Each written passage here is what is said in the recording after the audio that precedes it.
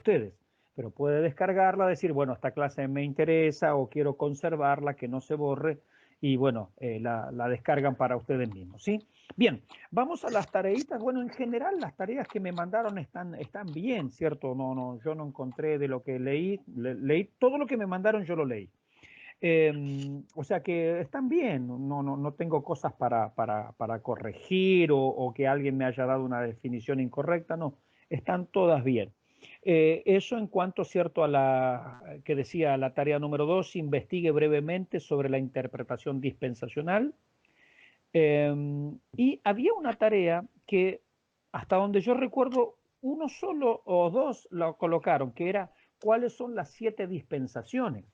O sea, la mayoría me dio las otras respuestas, pero no averiguó cuáles eran las 7 dispensaciones, ¿sí? Las 7 dispensaciones, claro, porque si nosotros decimos que adherimos a una interpretación dispensacional, la interpretación dispensacional se basa o tiene como programa 7 dispensaciones. Estas dispensaciones, bueno, la primera es allí la de inocencia, se llama, ¿cierto?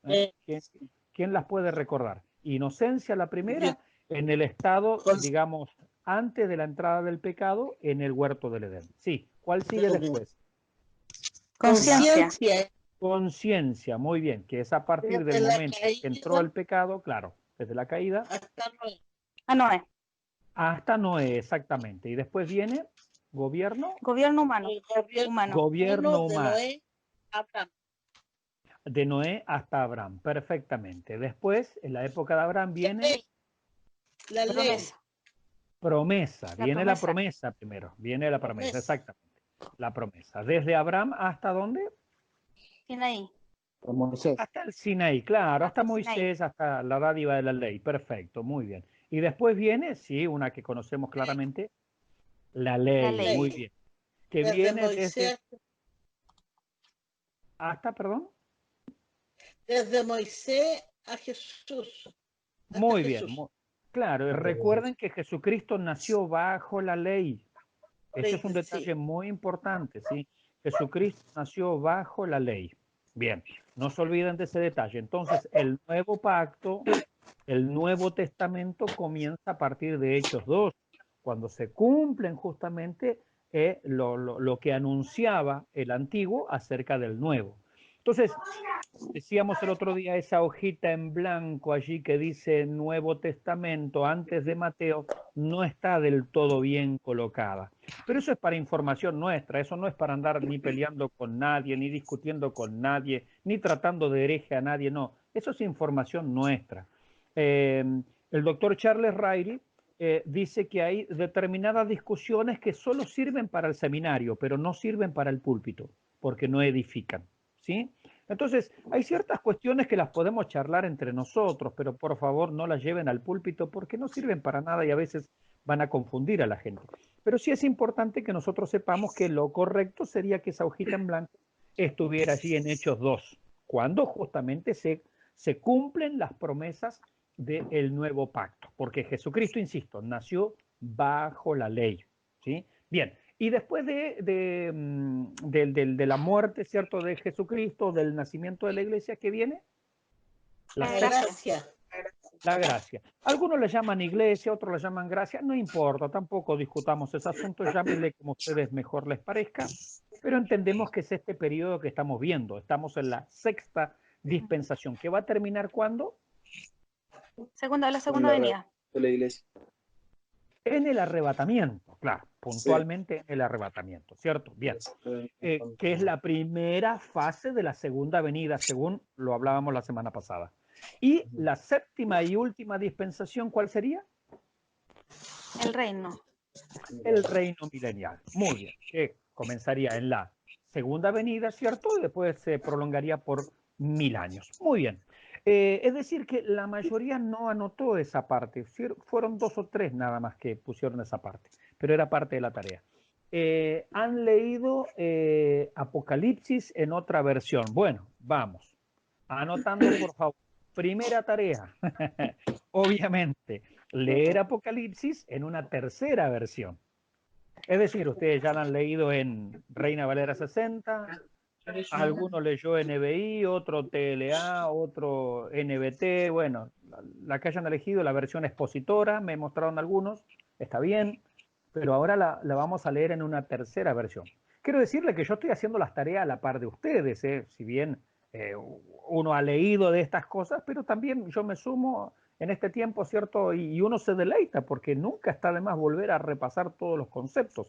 Así es que yo a la par de ustedes voy haciendo la tarea como si yo estuviera ahí, ¿cierto? Recibiendo, digamos, la instrucción. Así es que yo también me puse a leer ahí en mi caso la leí en TLA, que de hecho les compartí algún pasaje bíblico, ¿sí?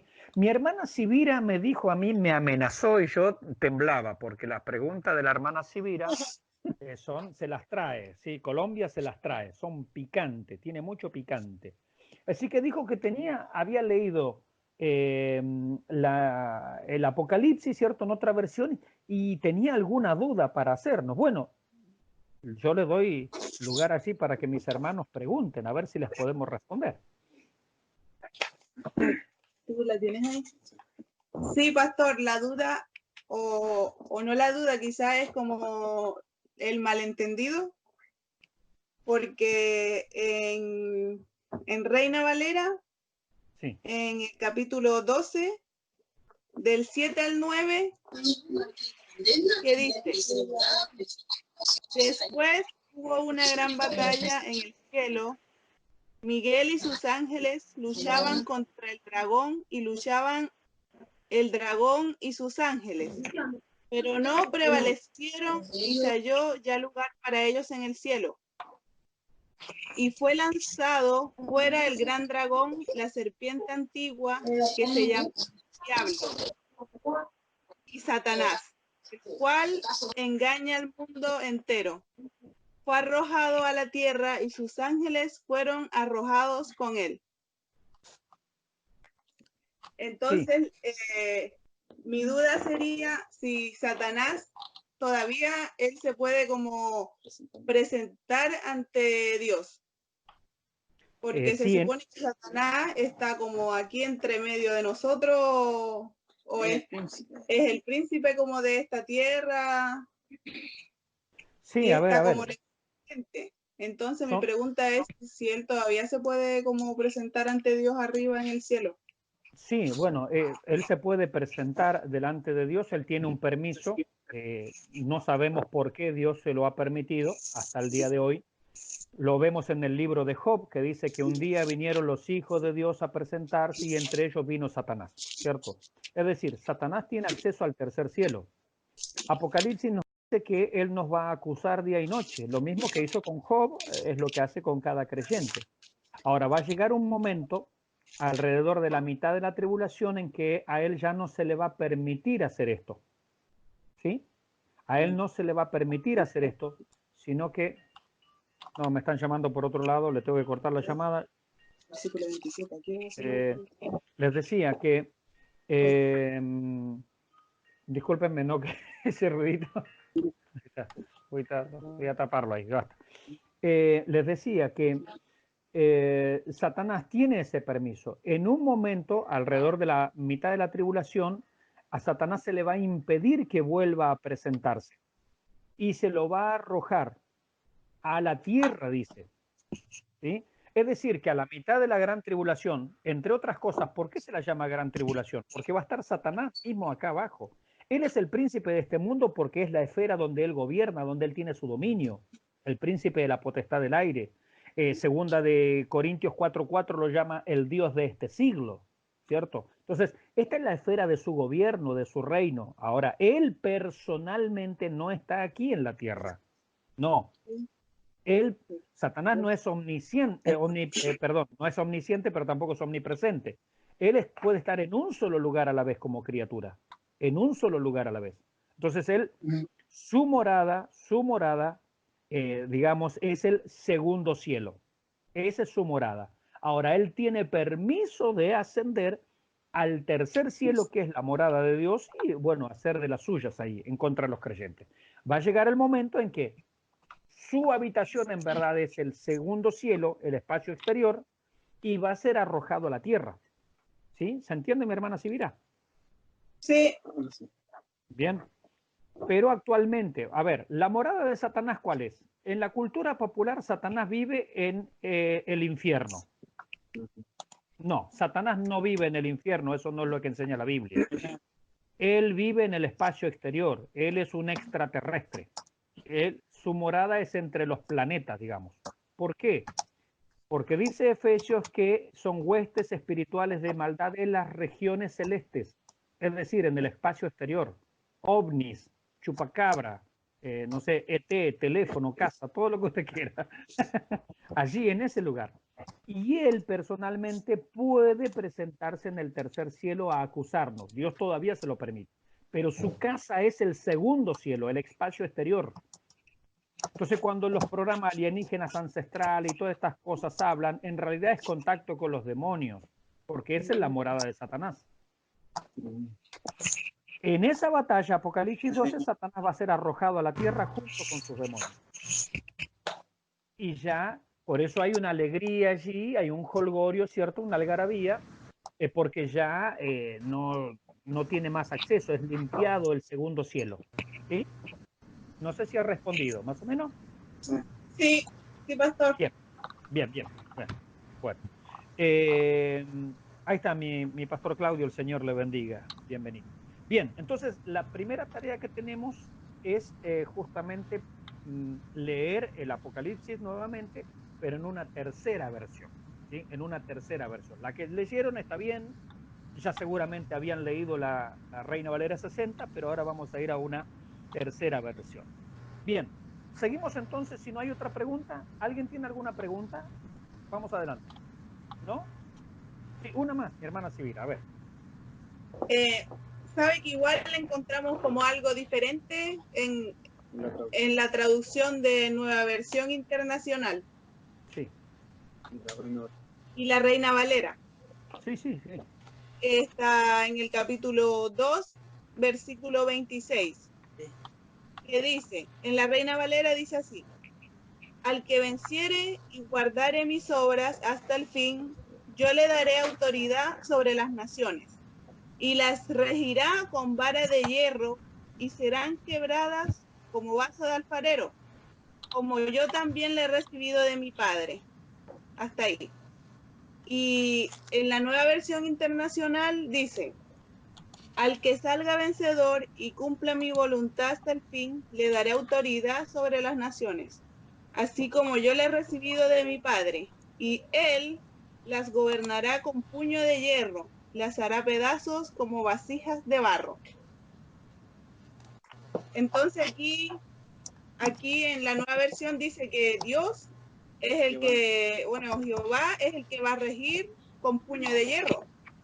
Sí. Y acá en la Reina Valera dice al que saliere vencedor, ellos son los que van a regir a las naciones. Es como contradictorio. No, no es contradictorio porque nosotros tenemos que entender que en realidad el que va a reinar es el Señor, pero ese reino Él lo comparte con nosotros. Esa es la idea. Por eso es lo interesante de comparar las versiones. A ver, no hay ninguna versión perfecta. Eso tiene que ser claro. Pero lo interesante es para que a nosotros nos quede claro el concepto. ¿Sí? Nosotros tenemos que ir viendo entonces una versión, dos versiones, tres versiones, cuatro versiones, las que sean necesarias, para que nos quede claro cuál es la idea del pasaje. ¿Sí? ¿Cuál es la idea del pasaje? Entonces, no son contradictorias, en realidad son complementarias. Lo que nosotros tenemos que entender que el reino en realidad, porque eso es una alusión, si yo mal no recuerdo, al Salmo 2, ¿sí? ¿Por qué se amotinan la gente? Los pueblos piensan cosas vanas, porque yo he puesto mi rey sobre Sión, etcétera, etcétera. Él la regirá con vara de hierro. Si yo mal no recuerdo, lo estoy citando de memoria, perdónenme si me equivoco, es el Salmo 2. Entonces, el reino fue prometido a Jesucristo, al Hijo de Dios. Ahora, Él lo va a compartir con nosotros. Entonces, de manera indirecta, nosotros también vamos a reinar sobre las naciones y eso está en coincidencia con otros pasajes. Por ejemplo, en Apocalipsis capítulo 4, con tu sangre nos has redimido, para nuestro Dios nos has hecho un reino de sacerdote y reinaremos sobre la tierra. Bueno, Entonces, ya. tenemos que en realidad complementarlos, no hacerlos chocar, sino complementarlos. Pero esto es lo interesante justamente de comparar distintas versiones, ¿sí? No crear el conflicto. De hecho, termino con este dato nada más y sigo adelante con nuestro material. Vamos al punto 3, rapto de la iglesia. De hecho, hay algunos pasajes que están en Reina Valera, algunos versículos que no están en la NBI, que no están en la TLA, que no están en la NTV. ¿Por qué? Porque depende de dónde el traductor tomó, digamos, el material original para traducir. Entonces, ¿de dónde tomó Casiodoro de Reina y Cipriano de Valera su información para traducirla? Y depende de dónde la tomaron los otros, pueden variar. Acuérdense que hay muchos manuscritos. Entonces, a veces los autores están entre la disyuntiva. Bueno, ¿cuál manuscrito es el que traducimos? Por ejemplo, en la Reina Valera, en Primera de Juan, en el capítulo 5 dice, por allá por el capítulo 5, no me acuerdo el versículo ahora, creo que es el 3, el 4, el 5, dice, y tres son los que dan testimonio en el cielo, el Padre, el Verbo y el Espíritu Santo, y estos tres son uno. Ese texto no lo encuentran en la NBI, no lo encuentran en la TLA, no lo encuentran en la NTV. ¿Por qué? Porque en los manuscritos más antiguos ese texto no existe. Existen textos tardíos, en textos del año 900, del año 800, del año 600, pero en los textos anteriores no existe. ¿Qué significa eso?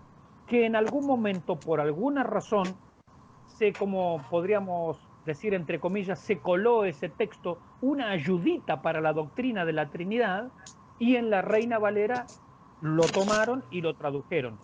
Pero en los textos más antiguos ese texto no existe. En los manuscritos, quiero decir, más antiguos, no sé si me explico. En los manuscritos más antiguos ese texto no existe. Entonces, las otras versiones no lo toman directamente como parte del texto sagrado. ¿Sí? ¿Me comprendió más o menos mi hermana Sibira? Sí, pastor. Sí, gracias. Ya. Así que no se preocupen, porque a veces hay discusión en internet, no, que a la NBI le faltan textos, que a la tele. No hay traducción, no hay traducción perfecta. Son traducciones de cientos y de cientos de manuscritos, y a veces, bueno, se elige, depende del autor, depende de la editorial, la mejor traducción que a ellos les pareció que era la más ideal. Bien, vamos adelante entonces, si no hay más preguntas, con él. Estábamos en el rapto de la iglesia, punto número 3, ¿sí? Dijimos que la palabra rapto, estamos con las objeciones. La palabra rapto no está en la Biblia, es verdad, pero está la palabra arpazo en griego, que se traduce como arrebatamiento. ¿De dónde sale entonces la palabra rapto? De la traducción al latín, de la Vulgata latina de Jerónimo. Él tradujo arpazo, griego, la tradujo al latín como rapio. Y rapio en castellano es rapto. Entonces, de ahí surge la palabra rapto de la iglesia. Bien, pero ya dijimos que una palabra no esté en la Biblia no es una gran cosa. La palabra astronauta no está en la Biblia, la palabra computador, teléfono celular, iPhone, Skype no está en la Biblia. Sin embargo, todas estas cosas existen. Es un argumento un poco débil, ¿cierto? Que una palabra no esté en la Biblia no quiere decir gran cosa. Pero está su palabra allí que se traduce perfectamente, ¿no? Después dijimos que no puede haber objeciones, ¿no? El segundo ítem, no puede haber tal rapto y que nadie se entere. Pablo dice, aquí os digo un misterio. Bueno, aquí vino la palabra de la pregunta de mi hermana Sibira, que nos hizo rascar la cabeza un poco, acerca de si Juan hablaba del rapto o no. Y la verdad, le vamos a dar la derecha a la hermana Sibira, por nobleza obliga, ¿cierto? Le damos la derecha a la hermana Sibira, porque Juan, claro, pequeño detalle, se escribió después del 70 y Primera de Corintios en el 55. Pero nos mantenemos firmes en que cuando Pablo dice, aquí os digo un misterio, significa que hasta ese momento, año 55, nadie había hablado del rapto. ¿Sí? Nadie había hablado, escrito, dado una enseñanza, una información tocante al rapto. Después sí, pero antes de Primera de Corintios no. Y el Evangelio de Juan no existía para la época en que Pablo escribe Primera de Corintios. Tienen una diferencia de como de 20 años por lo menos, ¿sí? 20 años por lo menos. Bien, entonces Pablo está diciendo que esa enseñanza es un secreto en el sentido de que nunca se había enseñado. Ahora, él no está diciendo el rapto será un secreto. De hecho, todos los que estamos acá, creo yo, todos creemos en el rapto, no es un secreto. Y todos los que escribieron antes del rapto ya lo saben, es decir, no es un secreto. Era un secreto al momento en que Pablo, inspirado por el Espíritu Santo, dio la enseñanza, como algo que nunca se había comunicado. Porque, insisto, el argumento de los que no creen en el rapto, sobre todo los hermanos amileniales, es bueno, creen en el rapto secreto. No, no, no, no, no, no, no. Está mal llamado el rapto secreto. Era un secreto cuando Pablo escribió. Pero no quiere decir que nadie sepa del rapto, ¿sí? De hecho, todo el mundo sabe, hasta los que no creen en el rapto hablan y contradicen el rapto, ¿sí? Bien, tercer ítem, y de esto va a salir una tarea. Tercer ítem, creer en el rapto, este es un argumento en contra, ¿eh? Creer en el rapto hace que los creyentes vivan preatribulados. Preatribulados, es decir, los que creen en el rapto viven mal, los que creen en el rapto viven desesperados, los que creen en el rapto, uy, son creyentes que no tienen seguridad de nada, tienen temor. Bueno, esto es una falacia. Entonces, no quiero dar yo la respuesta, aunque acá hay una respuesta, Tito 2:13, que habla de la esperanza bienaventurada. Entonces, la segunda tarea sería, mencione en el Nuevo Testamento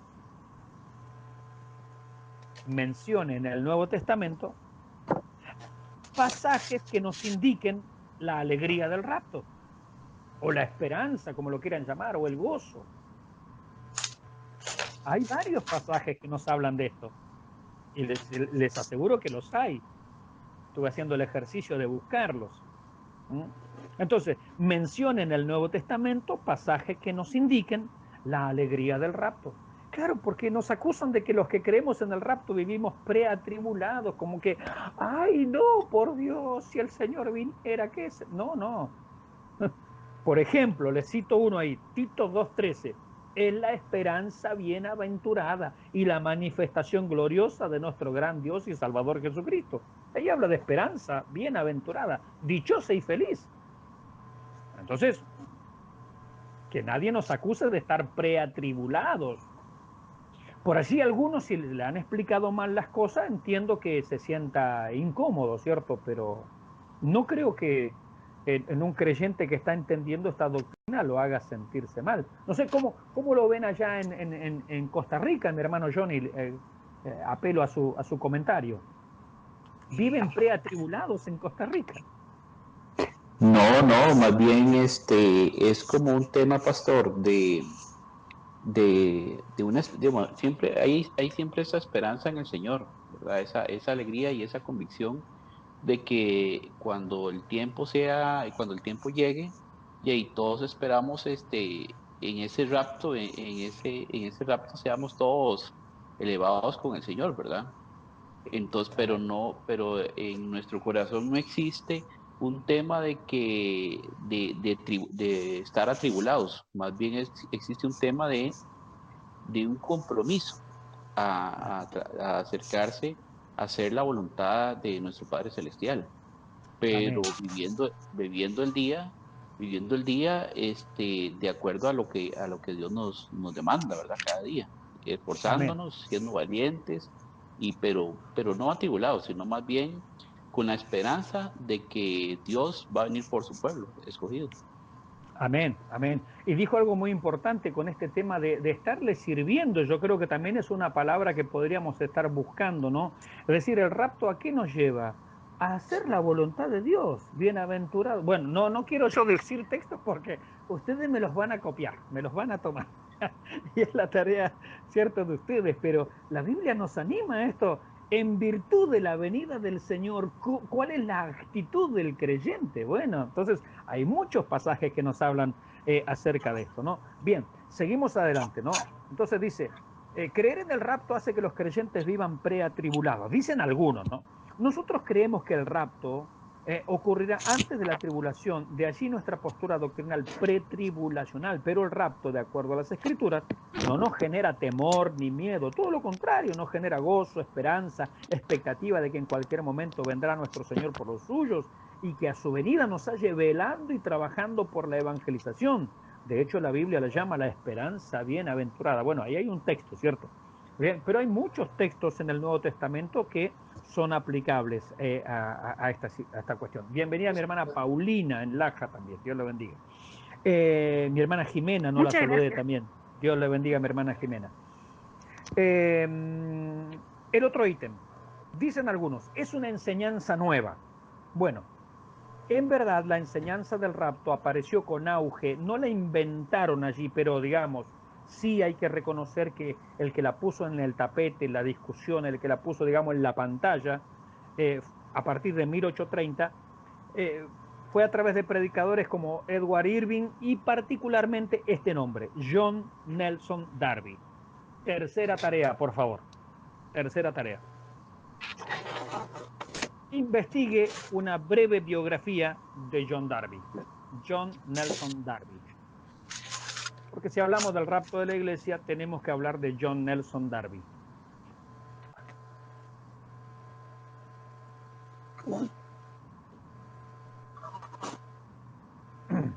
Entonces dicen algunos.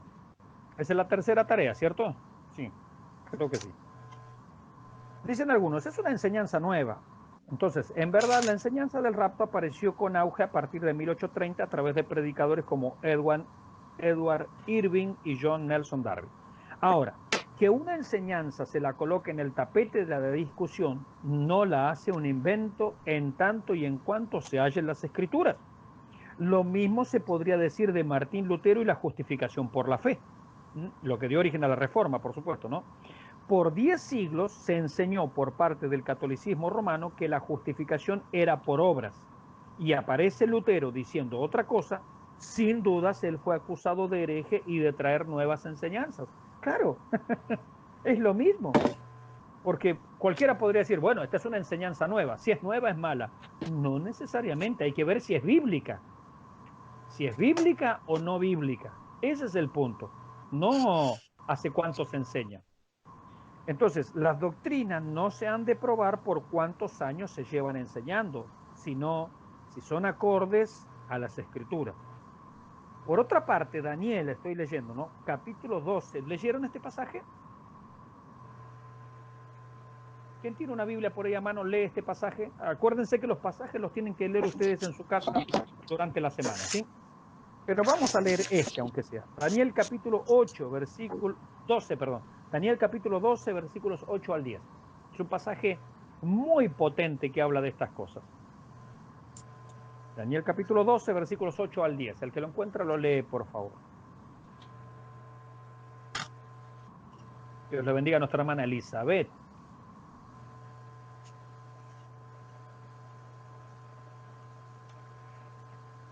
¿Quién lo encontró? ¿Quién lo encontró? Ya. Y dice así. A ver. Y a causa de la... ¿Escuchan? Sí. Ya.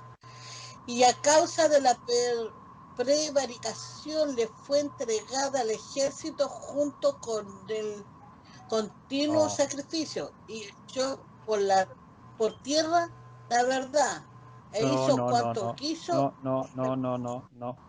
Daniel capítulo 12. 8. 12. Ah. En la Reina Valera empieza y yo oí, mas no entendí, dice. Amén. Léalo, por favor, mi hermano. Léalo.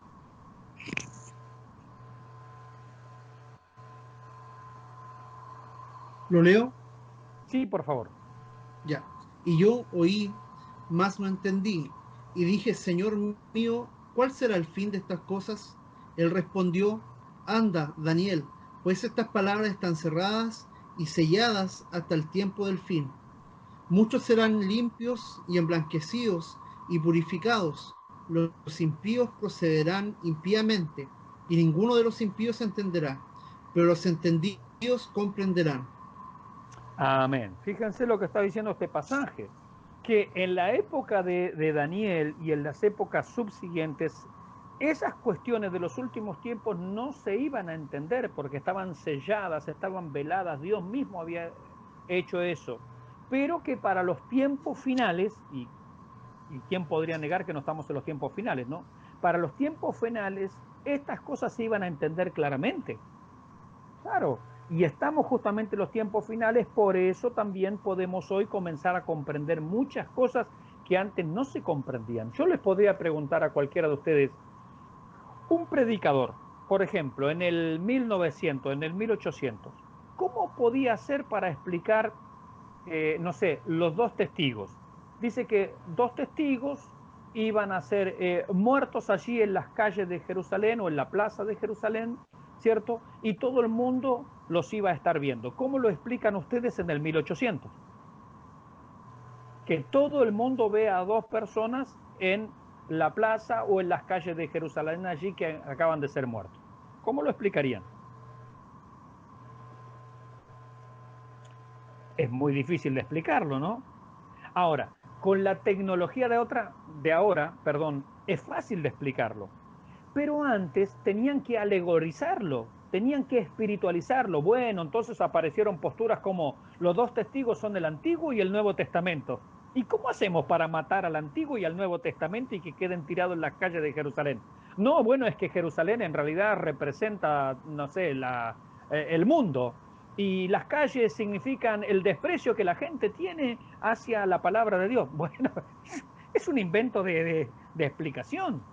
Pero hoy en día, con la tecnología, con el avance, que Daniel 12 también lo dice, que la ciencia iba a aumentar, es fácil de explicarlo. Son dos personas que van a morir en las calles de Jerusalén, dos personas que Dios va a levantar, van a estar muertos por 3 días y medio y todo el mundo los va a ver por internet, por Skype, por Instagram, por Facebook, por televisión, en sus smartphones. Oye, es fácil. Oye, es una tontería explicar eso, ¿sí o no? Díganme si estoy errado o más o menos coinciden con esta explicación. Oye, es sencillo de explicarlo. Pero ¿cómo hacía, no sé, en la época de Charles Ingalls para explicar ese pasaje? No hay manera, no hay manera.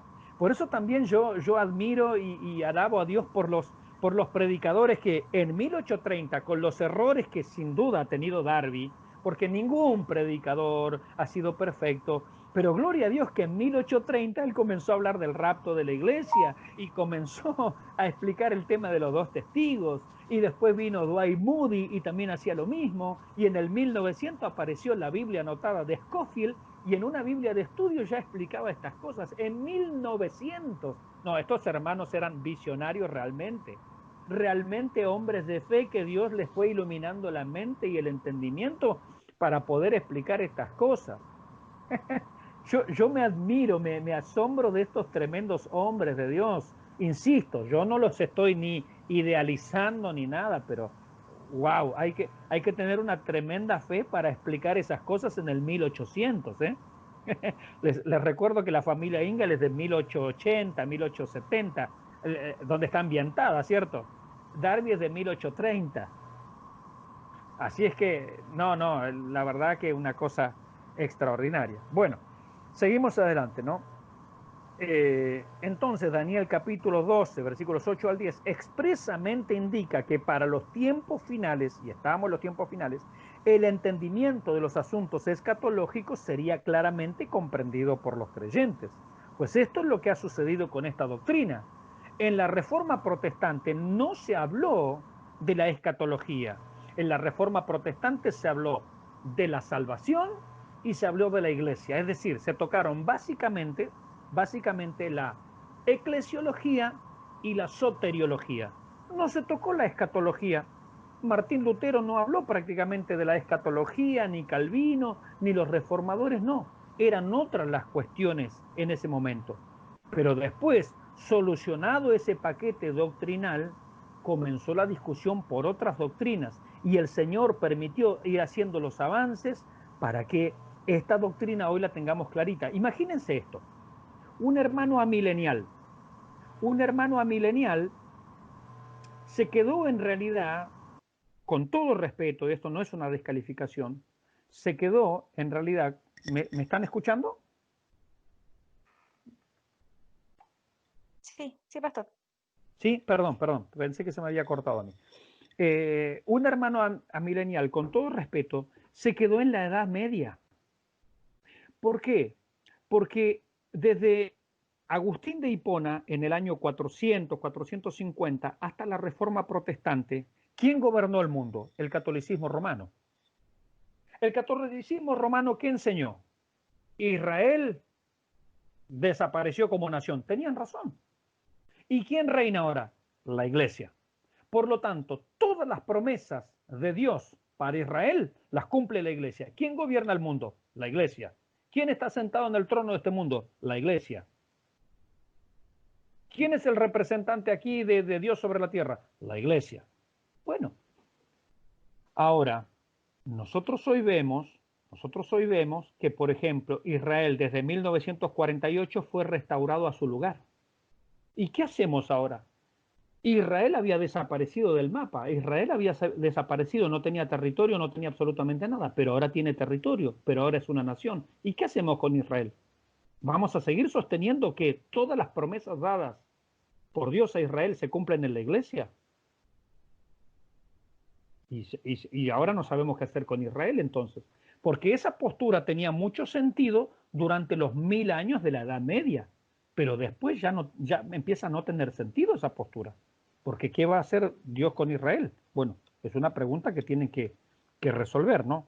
Pero bueno, sigamos allí adelante. Si hay pregunta, hermanos, por favor habilita su micrófono y participo. Yo no quiero hacer de esto un monólogo, ¿cierto? Sino que entiendo que su aporte realmente es muy valioso. Sigo adelante.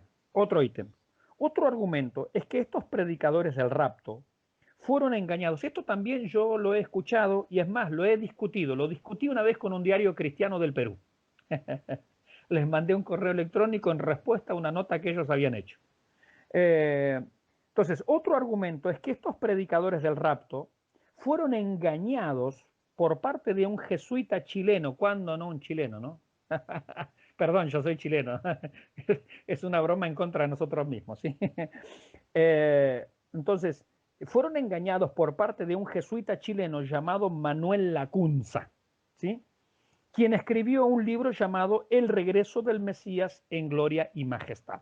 Bien, es verdad lo de este jesuita chileno y su libro, es decir, Manuel Lacunza existió y escribió ese libro, por allá por finales del 1700 lo escribió.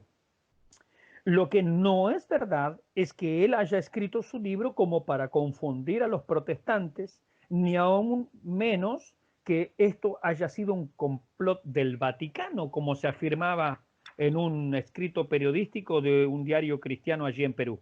Insisto, yo les escribí una carta, un correo electrónico, dándoles razones por qué ellos estaban equivocados en su postura. Y algunas de las razones son las que yo puse aquí en esta parte, ¿no? Manuel Lacunza no fue autorizado nunca por el Vaticano a publicar su libro. Es decir, Manuel Lacunza escribió su libro, pero él no lo pudo publicar. ¿Por qué?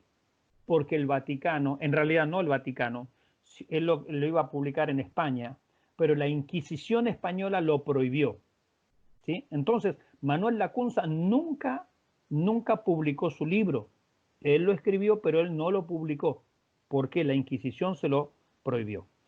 Entonces, si Roma, como decía ese artículo, y como dicen muchos, quisiera engañar a los protestantes, pues habrían hecho todo lo posible para difundir su libro, no prohibirlo. Al contrario, ¿cierto? Luego, el libro de Lacunza consta como prohibido por la Inquisición española y todos saben lo que pasaba a quien no obedecía, es decir, oponerse a la Inquisición allá a finales del 1700 era, bueno, ganarse la muerte, ¿cierto? Segura. También, solo pudo publicarse dicho libro en 1812, es decir, el libro de Lacunza fue publicado, pero en 1812, cuando Lacunza había fallecido en 1801. Es decir, 11 años después de la muerte de este jesuita, se publica recién ese libro. Y bajo el seudónimo, se publicó allí en España, bajo el seudónimo de Juan Josafat ben Ezra, como si fuera un rabino judío, ¿cierto? Y obvio que no lo publicó Lacunza, ya estaba muerto hace 11 años. De hecho, Lacunza fue excluido y proscripto como sacerdote luego de querer publicar su libro, cuando él estaba vivo, por supuesto, ¿no? Ya que en él identificaba a Roma como la gran ramera de Apocalipsis capítulo 18. Apareció asesinado en Italia y nunca se supieron las causas. Es evidente que no hubo un tal complot católico para engañar a los protestantes, porque esto es uno de los argumentos que ustedes se van a encontrar contra los que hablan de la doctrina del rapto. Es decir, bueno, los que creemos en el rapto fuimos engañados por un jesuita chileno que escribió un libro y en realidad esto se debió a un complot del Vaticano para engañarnos y etcétera, etcétera, etcétera. Pero analizando y estudiando la vida de Lacunza, yo les puse acá los detalles más importantes, les dejo ahí si ustedes quieren, si a ustedes les parece, pueden investigar sobre la vida de Manuel Lacunza, simplemente como información, pero no se los doy como tarea, les digo si a alguno le interesa puede leer acerca de él. Hay material, incluso se consigue el libro La venida del Mesías en gloria y majestad. Yo he podido leer algunos anticipos nada más, no he podido leer el libro completo, pero ese libro existe, La venida del Mesías en gloria y majestad de Manuel Lacunza, un jesuita chileno. Bien, pero eso los dejo allí al margen nada más, no lo tomen como que es algo que yo voy a pedir necesariamente. Bien, vamos a los participantes de el rapto de la iglesia. Participantes. A ver qué otra tarea tenemos.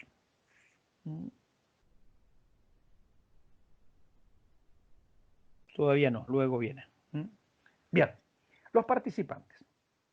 Los participantes del rapto van a ser obviamente los creyentes entre el Pentecostés y el día del rapto. Es decir, en el rapto de la iglesia no van a ser resucitados los santos del Antiguo Testamento. Ellos van a ser resucitados al final de la gran tribulación, ¿sí? Entonces, en el rapto son los creyentes entre el Pentecostés y el día del rapto. Que hayan muerto en Cristo, por supuesto, es decir, verdaderos creyentes, ¿sí? Ellos serán resucitados en un átomo, esa es la palabra griega que se utiliza, ¿no?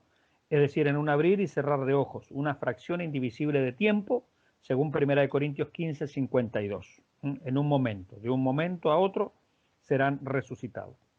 Y también van a participar del rapto los creyentes que estén vivos para ese día. Pablo decía, nosotros los que hayamos quedado. Bueno, no fue el caso de Pablo, será tal vez el nuestro. Los creyentes que estén vivos para ese día, ellos serán transformados a un cuerpo incorruptible de gloria. Letra C, las condiciones de los raptados. Esto también es interesante. Haber nacido de nuevo, ¿qué otra condición hace falta? ¿Qué otra condición haría falta? Mi hermano, le voy a preguntar a mi hermano Jacob, a ver que está con ganas así de participar, habilita el micrófono, tiene el mate en mano. ¿Y qué condiciones ha escuchado usted? Vamos a hacer así la pregunta. ¿Qué condiciones ha escuchado usted, mi hermano, para participar del rapto? ¿Quiénes son los que se van en el rapto según lo que usted ha escuchado por ahí? Quienes reconocen a Jesucristo como el Hijo de Dios y el único mediador entre Dios y los hombres. Amén. Nada más, no he escuchado nunca una herejía. Soy el único que escucha herejías por ahí. Que bueno, el diezmo también, pues, pastor. Ah, claro. Si no diezmas, no se van del rapto. Hay que pagar el pasaje. Claro. Bueno, igual va a depender obviamente de cada iglesia o congregación, cuán tradicional sea en realidad, porque igual hasta en nuestra misión de repente hay como mucha exigencia que en el fondo van apartándose un poco de esto, pues, del reconocimiento al Señor. Ajá. Yo he escuchado, no sé a ver quién ha escuchado esta herejía. Los que hablan en lengua se van a ir en el rapto nada más. Los que no hablan en lengua, eso para la tribulación. Sí, porque esos son bautizados, dicen algunos, con el Espíritu Santo, son los que hablan en lengua. Claro, se dan cuenta. O sea, acerca del rapto van a escuchar un montón de cosas que en realidad no tienen sustento bíblico, se debe solo a malas interpretaciones nada más. Pero hablar o no hablar en lenguas, eso tiene que ver con un don. No tiene que ver con la condición del rapto. De hecho, la Biblia enseña claramente que no todos hablan lenguas. Primera de Corintios capítulo 12, versículos 30, 31. No todos hablan lenguas. Es decir, bueno, entonces no todos se van en el rapto. Van un grupo sí, otro grupo no. Los que profetizan sí, pero los que profetizaron poco esperen, van a ir más al final. No, es una cosa que realmente uno va a escuchar mucha herejía, ¿no? Los participantes, ¿no? Entonces, la condición de los raptados es haber nacido de nuevo. En verdad, esta es la condición elemental para participar del rapto. Un creyente nacido de nuevo vive en santidad, practica la justicia, tiene una nueva naturaleza, ha sido adoptado en la familia de Dios, ha sido justificado, ha sido habitado por el Espíritu Santo y ha sido sellado por él. Este sellamiento es lo que garantiza el rapto. ¿Quién nos lee allí este versículo? Efesios 1, 13 y 14. ¿Quién es amable ahí? Efesios 1, versículos 13 y 14. Son las 21 horas 57. Nos queda media horita aproximadamente de clase. Efesios 1, versículos 13 y 14. Entonces, el sellamiento del Espíritu es lo que garantiza el rapto.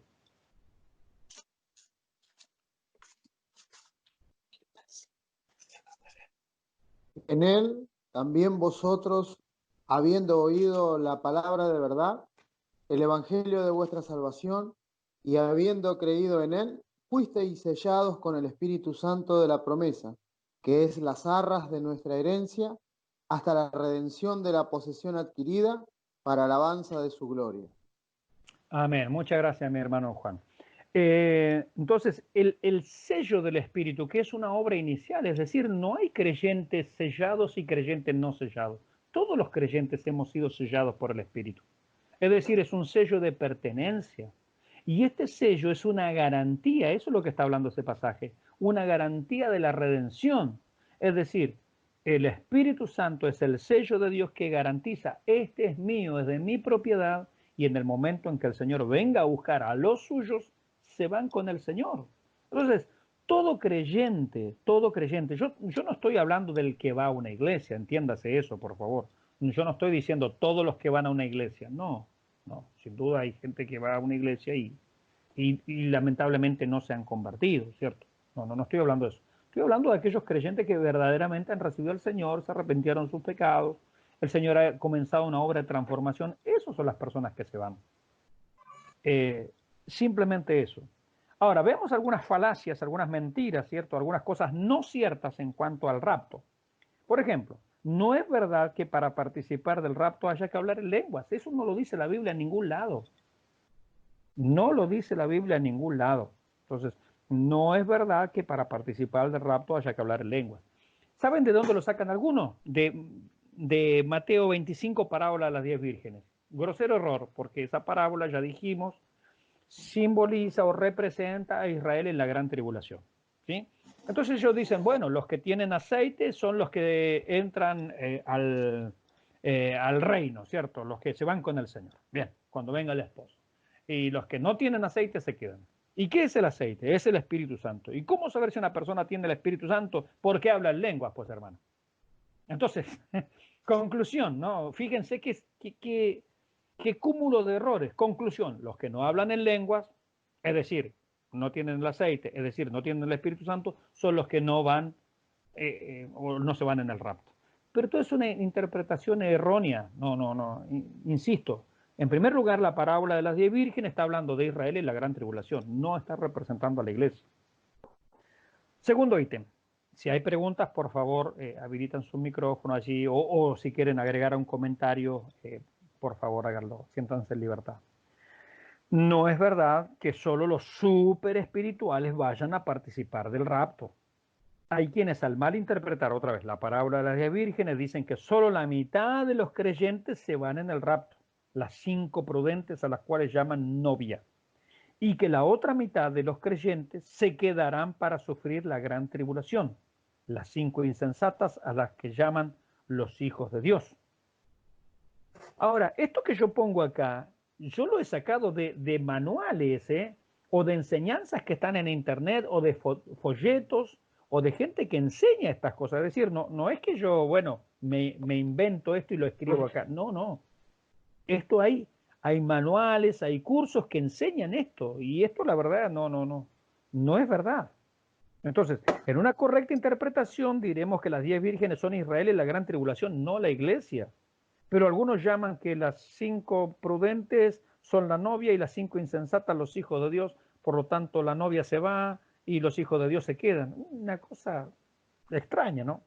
Otro ítem. No es verdad que haya que estar, esto es muy común, mis hermanos, muy común. No es verdad que haya que estar en un estado inmaculado o de perfección para ser parte del rapto. Esto es muy común. Uno le pregunta a muchos creyentes, ¿usted se iría en el rapto si el rapto sucediera hoy? Y no sé, bueno, habría que estar preparado, habría que ver, tengo que prepararme. Hermano, esa es una respuesta muy común de muchos creyentes. Pero para el rapto, mis hermanos, tenemos que estar en un estado normal y habitual en el cual un creyente vive. Un creyente vive en santidad, ¿sí o no? Sí. ¿Ha sido justificado? Sí.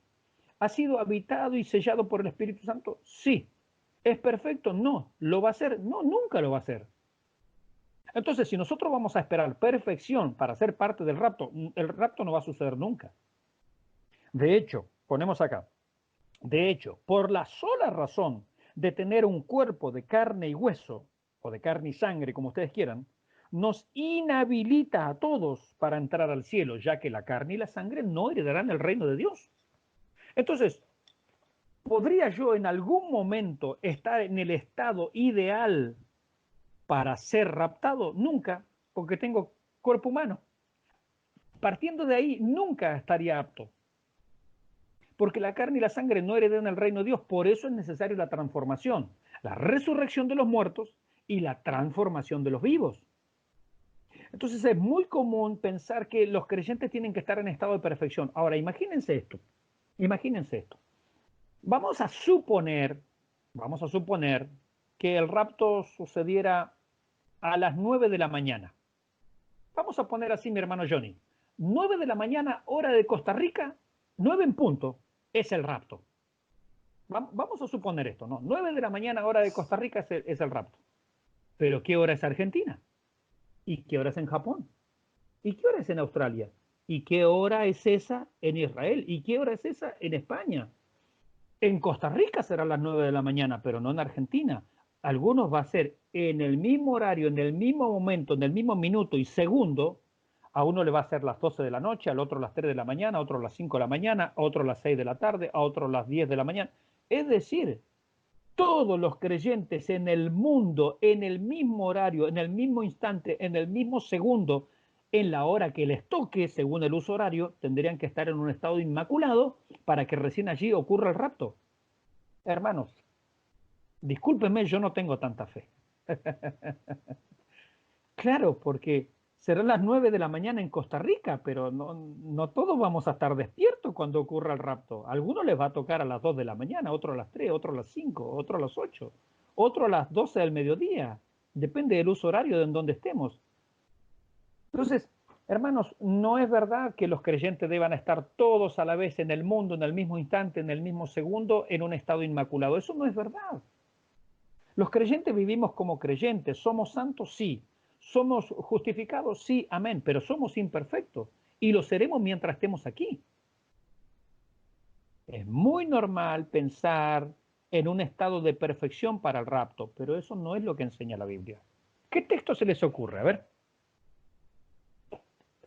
El que sigue. No es verdad que el Señor viene a buscar una iglesia sin mancha ni arruga. Efesios 5:27. ¿Qué dice? ¿Quién me lo lee? Porque este texto es citado generalmente. Dicen, el Señor viene a buscar una iglesia sin mancha y sin arruga. ¿Dice eso el texto?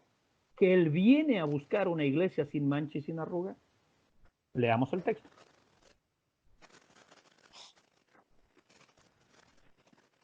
¿5:27? Sí, por favor. Presentársela a sí mismo una iglesia gloriosa, que no tuviese mancha ni arruga ni cosa semejante, sino que fuese santa y sin mancha. Ajá. ¿En qué tiempo verbal está escrito ese texto? ¿Pasado, Futuro. presente o futuro? Futuro. futuro, es que cuando la iglesia esté en el cielo, Él se la va a presentar a sí misma. Cuando la iglesia sea transformada en un cuerpo incorruptible de gloria, entonces allí va a ser una iglesia sin mancha, sin arruga, sin cosas semejantes. Mientras estemos aquí abajo, hermanos, siempre va a haber alguna mancha, siempre va a haber alguna arruga, siempre va a haber alguna cuestión en la cual no estemos en estado de perfección, porque la perfección es imposible aquí abajo. Por eso la necesidad de la glorificación, la transformación del cuerpo. Si no hay una transformación del cuerpo, mis hermanos, no podemos entrar al cielo. Nunca vamos a poder entrar al cielo, a no ser que nuestro cuerpo sea transformado en un cuerpo incorruptible de gloria. No puede ser de otra manera. Por eso hay que descartar eso. Yo he estado en muchas iglesias donde dicen, con buena intención, entendamos esto no es una crítica ni un desacreditar a los hermanos, pero es una mala información, que eso sí genera incertidumbre. El Señor viene a buscar una iglesia sin mancha. No, el Señor se la va a presentar a sí mismo. ¿Quién me lee Apocalipsis allí, 19, versículos 7 y 8?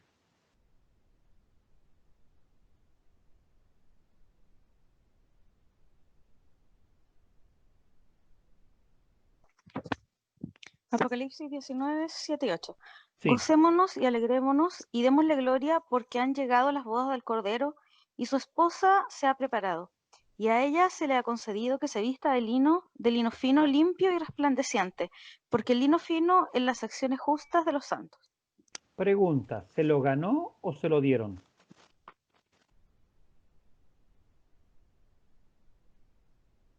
¿Qué dice el texto? ¿Se lo ganó la iglesia? Se lo dieron. Se lo Se dieron. lo dieron. Se le ha concedido. Claro, Dios obviamente se lo ha concedido, ¿cierto?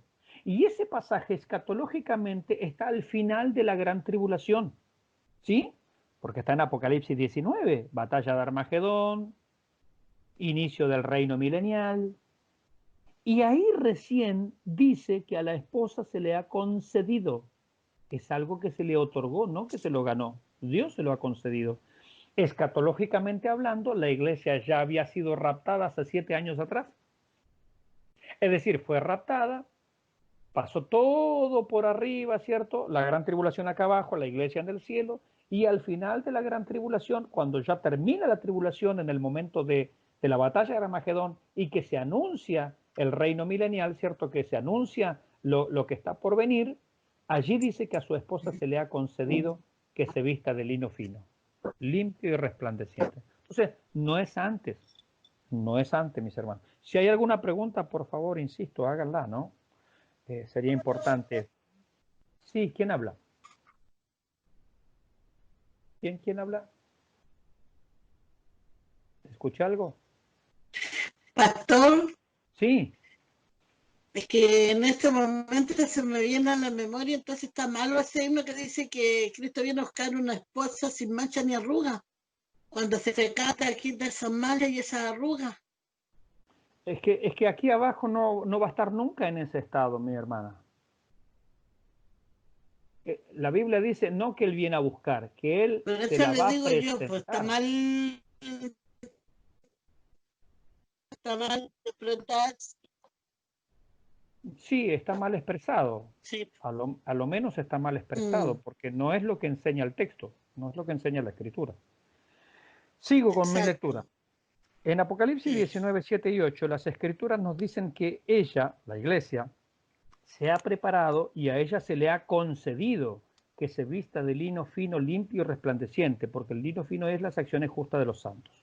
Para cuando se hagan realidad estas palabras, la iglesia ya ha ascendido al cielo en el rapto y ha pasado por el tribunal de Cristo. Por lo tanto, la iglesia que asciende en el rapto es una iglesia santa, pero imperfecta, porque nunca va a estar en estado de perfección, nunca va a estar en un estado inmaculado aquí abajo. Otro ítem más. No es verdad que el rapto vaya a producirse en un determinado mes o en coincidencia con la fiesta judía de las trompetas. La Biblia dice que nadie sabe ni el día ni la hora, mucho menos se podría saber el mes ni el año. Yo sé que esto es un tema discutible, pero bueno, vamos a ver alguna tarea más. ¿Vamos por la cuarta tarea? Cuarta tarea. ¿A alguien se Están robando el auto. Cuarta tarea. ¿Necesitará el Señor la ceniza de los difuntos en Cristo para rearmar el cuerpo? Cuarta tarea. ¿Necesitará el Señor las cenizas de los difuntos en Cristo para rearmar el cuerpo? De razones con pasajes, por supuesto. Vuelvo a reiterar la pregunta. ¿Necesitará el Señor las cenizas de los difuntos en Cristo para rearmar el cuerpo? De razones con pasajes.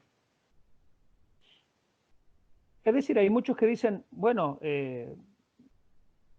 no permito, qué sé yo, no sé, que fulano de tal, un pariente, lo cremen. No, porque eso lo haría ceniza y después, ¿qué va a pasar con la ceniza? Y el otro, no sé, se ahogó en el mar, un naufragio, y se lo comieron los pejerreyes. No, los tiburones sería mejor, ¿no? En el mar. Y bueno, ¿y qué va a pasar con eso? Bueno, entonces la pregunta es, ¿necesitará el Señor las cenizas de los difuntos en Cristo para rearmar el cuerpo? De razones con pasajes. Puede decir sí, puede decir no, pero de algunas razones, ¿no? Y quinta y última tarea. Quinta y última tarea. ¿Qué relación puede haber? ¿Qué relación puede haber entre la fiesta de las trompetas con el rapto?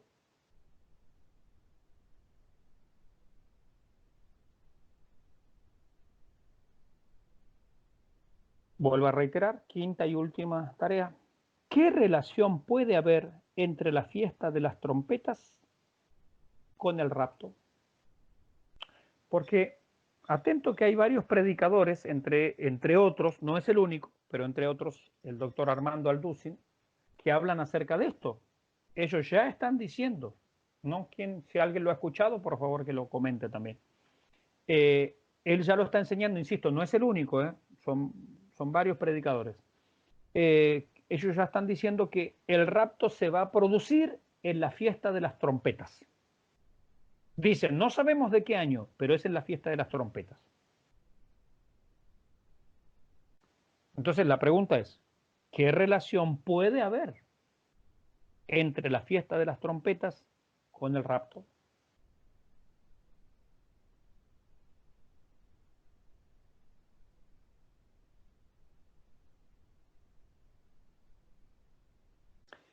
Yo les planteo, para los que no están en situación, a ver, les planteo esto. Anoten, por favor. Según el calendario judío, hay siete fiestas levíticas, según el calendario judío, 7 fiestas. Ustedes anoten allí, calendario judío, 7 fiestas levíticas. Porque están en Levítico 23. Pero hay otros pasajes que también hablan de las fiestas, pero están ahí condensadas en Levítico 23.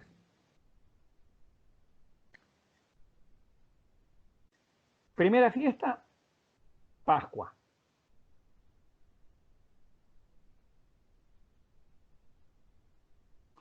Segunda fiesta, panes sin levadura.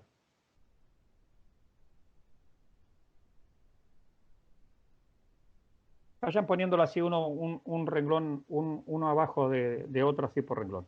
Entonces, primera fiesta, Pascua. Segunda fiesta, renglón abajo, panes sin levadura. Tercera fiesta, primicias.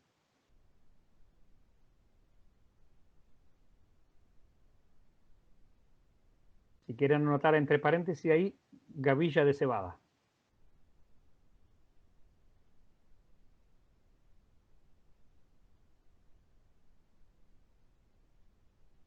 Cuarta fiesta.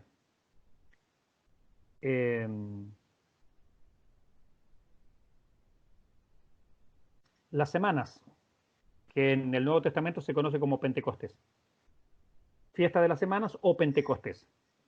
Pentecostés se le llama en el Nuevo Testamento, pero en el Antiguo Testamento se llamaba Fiesta de las Semanas. Porque era 50 semanas después de la Pascua. ¿Sí? Esa es la cuarta fiesta. Entonces, cuarta fiesta, reitero, fiesta de las semanas o Pentecostés en el Nuevo Testamento. Es lo mismo. Quinta fiesta, la fiesta de las trompetas.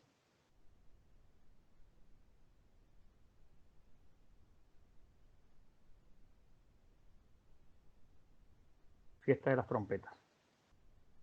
Eso era el año nuevo. El año nuevo indicaba. Sexta fiesta. El día de la expiación. Sexta fiesta, día de la expiación.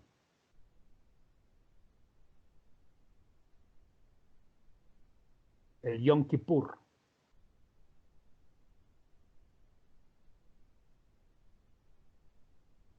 Séptima fiesta y última, tabernáculos. La fiesta de los tabernáculos. Tabernáculos, cabañas, en hebreo Sukkot. No importa, fiesta de los tabernáculos. ¿Sí? ¿La notaron? La primera Pascua, la segunda panes sin levadura, la tercera primicias, la cuarta de las semanas o Pentecostés, la quinta las trompetas, la sexta la expiación, el día de la expiación, y la séptima fiesta de los tabernáculos. 7 fiestas. Atento a este detalle. Atento a este detalle. Porque esto es lo que... yo para ponerlos en relación a lo que estamos hablando. Donde ustedes pusieron allí Pascua, en la primera fiesta ustedes pusieron Pascua, pónganle igual sacrificio de Cristo, o el sacrificio, como ustedes quieran ponerlo. Porque Jesucristo, ¿cuándo murió? En la fiesta de Pascua, ¿sí o no? Sí, por supuesto. Llegó el día de la Pascua, el Señor fue sacrificado. Entonces, la expiación, el sacrificio de Cristo. Bien, en la segunda fiesta, que es panes sin levadura, eso es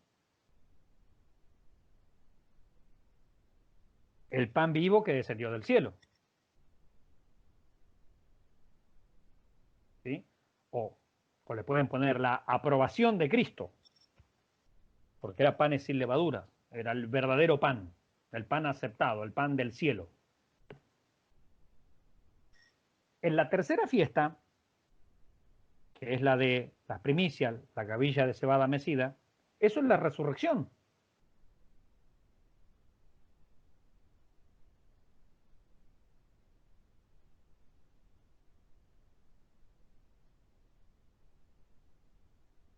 Alguno me dirá, ¿por qué está diciendo la resurrección? Bueno, porque Pablo dice, Jesucristo, primicia de los que durmieron es hecho. ¿Cuándo era la fiesta de que se ofrecía la gavilla de cebada? El domingo posterior a la Pascua, el día que resucitó el Señor. Es el día, ese mismo día. Entonces, Jesucristo murió en la primera fiesta, Pascua. A partir de ahí comenzaba los panes sin levaduras, toda una semana. El día domingo, el de la resurrección, se ofrecía la gavilla mecida, primicia de los que durmieron es hecho.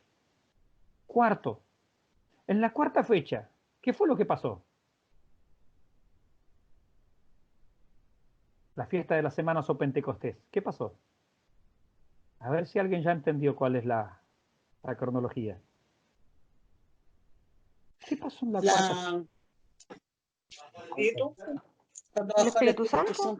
La dádiva del Espíritu Santo, muy bien. En Pentecostés, la dádiva del Espíritu Santo, es decir, nació la iglesia. Bien. En la quinta fiesta, por eso yo lo estoy explicando cuál es la cuenta que sacan algunos. En la quinta fiesta, en las trompetas. ¿Qué tendría, lo digo entre comillas, qué tendría que suceder en la fiesta de las trompetas? A ver si alguien sigue con la cronología. ¿El rapto? El rapto. ¡Claro! Exactamente. Murió Cristo, fue aceptado Cristo porque es el pan vivo que descendió del cielo, resucitó Cristo, tercera fecha, tercera fiesta, cuarta fiesta, descenso del Espíritu Santo y nace la iglesia, quinta fiesta de las trompetas, a la final trompeta, rapto de la iglesia, sexta fecha, día de la expiación, es el día en que Israel haría lamentación por su pecado. ¿Qué sería? Después del rapto, ¿qué vendría? La tribulación. La gran tribulación. La tribulación, el día de la expiación prefigura la tribulación, donde los israelitas hacían lamentación por su pecado. Ninguna obra de siervos haréis, os lamentaréis y os afligiréis vuestras almas. Ay, Señor amado. Claro, el Yom Kippur, el día del perdón, el día de la expiación, ¿cierto? En cuanto a que Dios perdonaba los pecados. Y la séptima y última fecha, ¿qué es?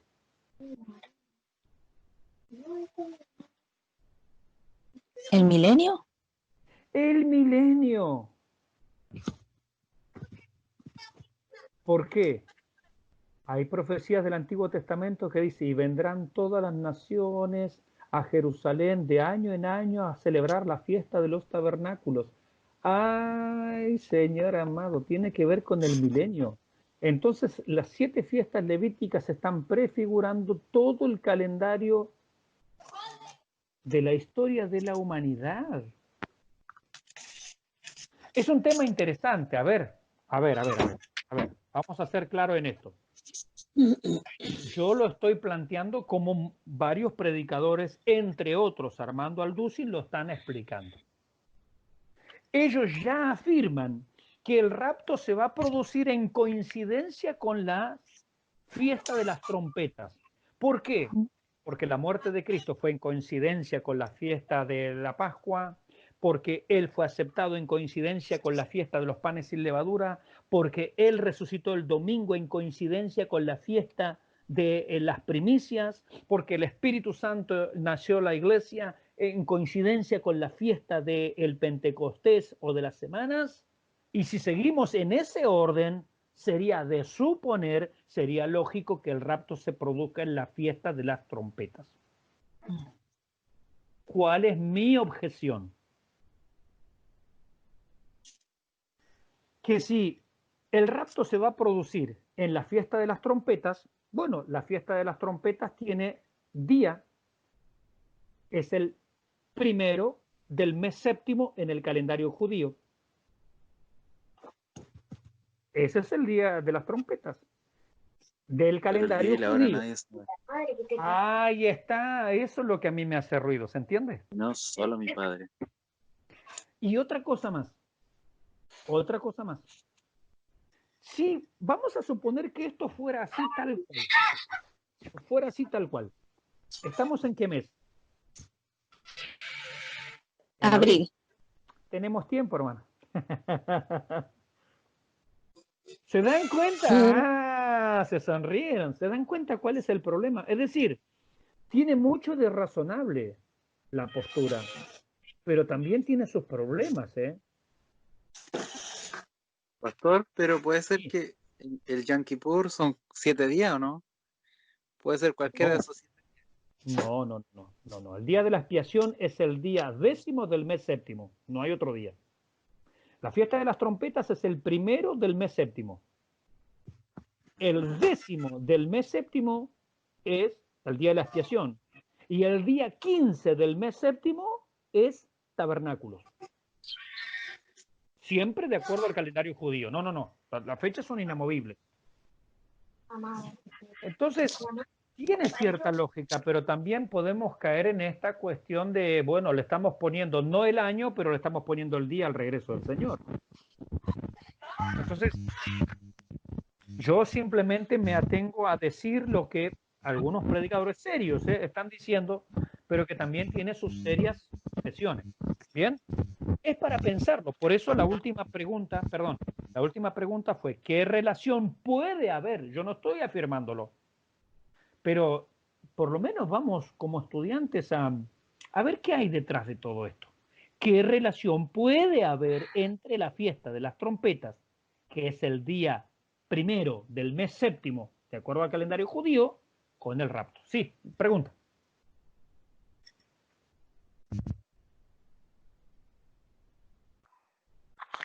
Pastor, Sí.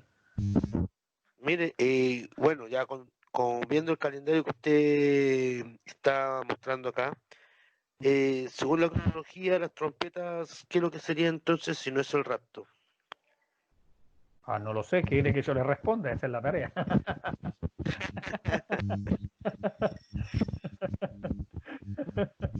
Claro, bueno, la idea es eso, poder, ¿cierto?, enriquecernos. A ver, hermanos, seamos honestos, yo no tengo la respuesta a esto, porque si yo tuviera la respuesta a esto, le estamos poniendo fecha al rapto. No, yo no me atrevo a decir eso. Yo estoy siguiendo el hilo argumental de algunos predicadores bien serios, o sea, no son gente que dice normalmente tonterías, no, bien serios. El doctor Armando Alducin enseña esto, el doctor Miguel Rosell también, que es muy serio, también enseña esto, es decir, hay varios predicadores serios que ya están enseñando esto. Por lo menos vamos a analizarlo y cada uno es libre de tener la postura, ¿no? Yo creo que hay cosas razonables y hay cosas que no me parecen tan razonables, simplemente lo digo así. De hecho, es un tema que lo vengo estudiando, por otra parte, porque yo justamente en la iglesia local, que ahora no tiene reuniones por razones obvias, vengo predicando el libro de Levítico y justamente estoy en las fiestas levíticas, así es que me toca también enfrentar la predicación de este asunto. Así es que es un tema interesante como para indagarlo por lo menos, ¿no? No sé qué les parece a ustedes. ¿Habían escuchado algo acerca de esto?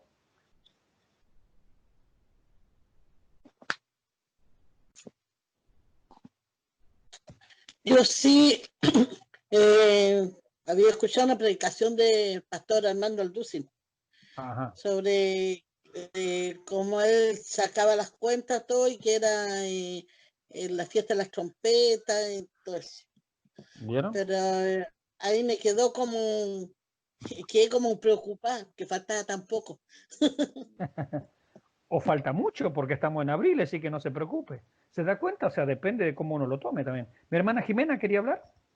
Sí, que yo también había escuchado la predicación del pastor Alducin cuando habla acerca de eso, pero también, igual que la hermana Tere, en mi postura era, o sea, una preocupación de uno, o sea, si fuera así, uno tiene que estar mucho más atenta a todo, no como en el fondo de relajo, para mí.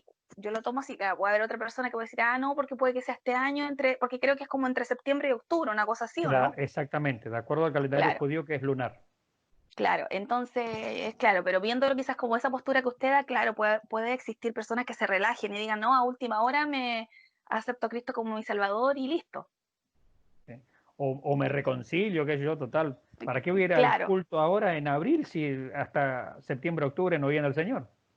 Claro. Entonces puede generar muchas cuestiones. Yo tendría al menos cuidado, o por lo menos lo investigaría a la luz de la palabra, ¿cierto? Bueno, de esto se trata una clase, ¿cierto? Estamos en escatología, mi hermano Johnny, así es que no sé si usted lo había escuchado esto en Costa Rica, que está más cerca allá de todo este movimiento. Sí, tal vez sí se han escuchado varias posiciones sobre los temas, ¿verdad? Porque hay como ese interés de aprender o saber en qué tiempos estamos, ¿verdad? Pero es mi posición lo que voy a decir ahorita, ¿verdad? Hay muchas, ¿sí me escuchan bien? Sí, me escuchan perfecto, bien. Perfecto. Okay. Yo tomo la parte donde la Biblia es clara que dice que ni los ángeles del cielo sabrán el día ni la hora, ¿verdad? Sino solo el Padre Celestial. Entonces, ¿qué me queda a mí? Ser atento a los tiempos y como lo habíamos mencionado en otro momento, buscar siempre hacer la voluntad de Dios, ¿verdad? Uno tiene que ir viviendo el día a día con Dios y tratando que ese día Dios le dé a uno las herramientas y la fortaleza para hacer las cosas bien y tratar de buscar siempre hacer esa voluntad. Los días, por ejemplo, le doy ejemplo ahorita, como lo que estamos viviendo a nivel del mundo con esta pandemia, ¿verdad? Ahí ya se levantaban muchas cosas diciendo que esto es por parte de estos, por parte del otro, pero yo siento que nosotros como hijos de Dios nos quedamos firmes en lo que Él dejó ya escrito, nos quedamos atentos, nos quedamos en la posición de que Cristo tiene la soberanía absoluta de todas las cosas, y por mientras buscando hacer lo que a Él le agrada. Amén, amén. Gracias, mi hermano, gracias. Por eso digo, aquí como esto es una charla, ahora, por favor, nadie lleve estas cosas, con lo que dijimos al principio, al púlpito. No, estas son charlas para gente que está estudiando la Biblia, para quienes se están preparando, para tener una información y cada uno logre una formación, ¿cierto? Pero estas cosas no son para llevarlas al púlpito. Yo no llevaría este tipo de discusiones a la congregación, no porque no ayudan en realidad para nada. A algunos le puede hacer muy mal, ¿cierto? Entonces, como decía el doctor Charles Ryrie, que hoy lo cité, son palabras de él, hay discusiones que solamente son para el seminario, pero nunca para el púlpito, ¿sí? Bien, terminamos con este párrafo y terminamos por hoy porque ya son las 22 horas con 32 minutos aquí en la República Argentina. Entonces, no es verdad que Dios avisará, esta es otra cosa más, ¿no? No es verdad que Dios avisará media hora antes del rapto a sus hijos. Esta también es otra información que anda dando vuelta por internet, ¿no? Esta es una interpretación falaz que circula en algunos lugares de internet, pero sin base bíblica. Él ya nos ha avisado diciéndonos, aquí ya vengo pronto, no necesitamos más aviso que ese. Es decir, ya estamos advertidos hace 2000 años, ¿cierto? ¿Qué más aviso necesitamos? ¿Un aviso extra? ¿Por qué? Porque no creemos a la palabra. A mí me parece que no tiene ningún sustento nada de eso. No es verdad que el rapto, esta es otra enseñanza que anda dando vuelta, no es verdad que el rapto vaya a realizarse en 3 fases. Algunos enseñan que con voz de mando el Señor se lleva a uno, con voz de arcángel se lleva a otros y que con voz de trompeta se llevará a los últimos. O sea, raptos parciales. Bueno, también yo no hallo sustento bíblico para esto más que las posturas de alguien, ¿no? Diferencia, por último, ya lo vimos el otro día, gracias mi hermano Jacob Daguito, que nos compartió allí un material acerca de diferencia, rapto de segunda venida. Mi hermano Johnny ha sido amable de compartirme un libro en PDF, un manual de teología. Yo lo tengo en libro, ¿cierto? En libro físico, pero no lo tenía en PDF, así es que después lo voy a compartir ahí en el grupo para que los quiera tener. Es un manual, yo se los recomiendo, está dentro de la bibliografía de nuestro manual, al final, de Stanton Richardson. Así es que yo se los voy a compartir también, gentileza de nuestro hermano Johnny, ¿no? Diferencia rapto, segunda venida. En el rapto solo le verán los creyentes, en la segunda venida todo ojo le verá. El rapto será sin advertencia, la segunda venida se producirá 7 años más tarde y luego de la gran tribulación. En el rapto el Señor viene hasta las nubes a recibir a sus santos, en la segunda venida bajará hasta la tierra y ganará la batalla de Armagedón con sus santos. En el rapto Cristo viene a salvar a su iglesia de la gran tribulación, en la segunda venida viene a salvar a Israel del anticristo. Así que hay verdaderas diferencias. Si no hay preguntas, mis hermanos, tienen 5 tareas y nos estamos despidiendo, si Dios los permite, hasta la semana que viene. Mi pastor Claudio, allí en Calama, nos ha estado escuchando atentamente. Le vamos a pedir, por favor, si puede habilitar. Dios le bendiga, mi pastor Claudio. Habilite su micrófono, nos pueda estar saludando y despidiéndonos de esta clase.